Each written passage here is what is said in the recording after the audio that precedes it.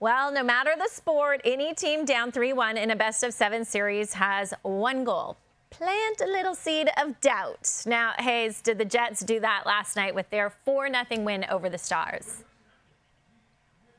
I think they did. I think they did, considering not only they won the game, but they dominated that game. They played so well, and Connor Hellebuyck was at the forefront of it clearly. He had to have a night like that, but he was great last night pitching a shutout. They had depth scoring. They're healthy. And I think, again, you're looking at a scenario here where you can check a lot of boxes as to why there should be a seed of doubt planted. Hellebuyck, I know what's happening on the road, and we'll get to that momentarily, but he is the best goalie in the world. He's about to win his third Vezina. He might win a Hart. He is more than capable of being the best player on the ice. Everyone knows that, including Dallas. Also, you got a scenario here where this is the President's Trophy winning team. This isn't some team that snuck into the playoffs and was down 3-1 and you think it's miraculous. It's not. The Jets are a very, very good team that are more than capable now of winning 2 straight games. They're more than capable of winning 3 straight based on what we just witnessed last night. So you got a scenario here in Winnipeg where they're a really good team. They have the ability to have the best player on the ice, that being Connor Hellebuyck. Also, you're looking at a scenario on the other side of the ice in Dallas. They have a lot of reasons for optimism, clearly. They're a very good team, and they're still in the driver's seat. But the pressure's on them, completely on them now, especially going home. And they're not a team collectively with championship pedigree. There are guys who have won Stanley Cups on that team. Mikko Rantanen clearly comes to mind.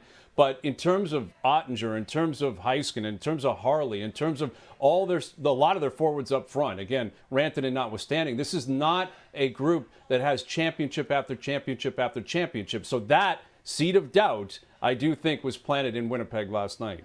I got to agree with you. Now, of course, the Jets are on this uphill battle, and the reality is they need a win on the road, Hayes. As we mentioned, they've lost 9 straight playoff games away from Winnipeg dating back to last year. So how can they snap that slump and push this to a Game 7 on home ice? Hellebuyck, Hellebuyck, Hellebuyck. That's where I would start. I've been saying that now for a month. Yes, exactly. Like, it's got to happen here on the road. These stats are staggering. I mean, it's almost impossible to believe. If I haven't been watching, I wouldn't believe what's been going on with Winnipeg on the road and Hellebuyck on the road. But it starts with Connor Hellebuyck making that first stop. But I also think getting on the board first and getting out of the first period would be very significant, because then you bring in that seed that was planted. Right? Like, everyone's going to reset. You'll get down to Dallas. The building will be rocking. The Stars are still in the driver's seat. But Winnipeg's a really good team. They got a great goalie. They just played a complete game in Game 5. If Winnipeg gets out of the first period with a lead and Hellebuyck looks comfortable, that's all you need. That's what you need to get the ball rolling. And if you push it back to Winnipeg for Game 7, all bets are off. You take it one shift at a time, one period at a time. I know that's cliche, but I think it really applies here. Generally, it doesn't apply when people say that in November and December. No one wants to hear those cliches. They do when it comes to Game 6 in the second round. So I think Winnipeg starts with Hellebuyck, get on the board first, get out of the first period clean or with a lead, and you're off and running at that point. Yeah, it's usually about the start, and they got to now pot those goals. Both the Jets' wins in the series, they have been shutouts, so we'll see what Connor Hellebuyck has in store for an encore Saturday night.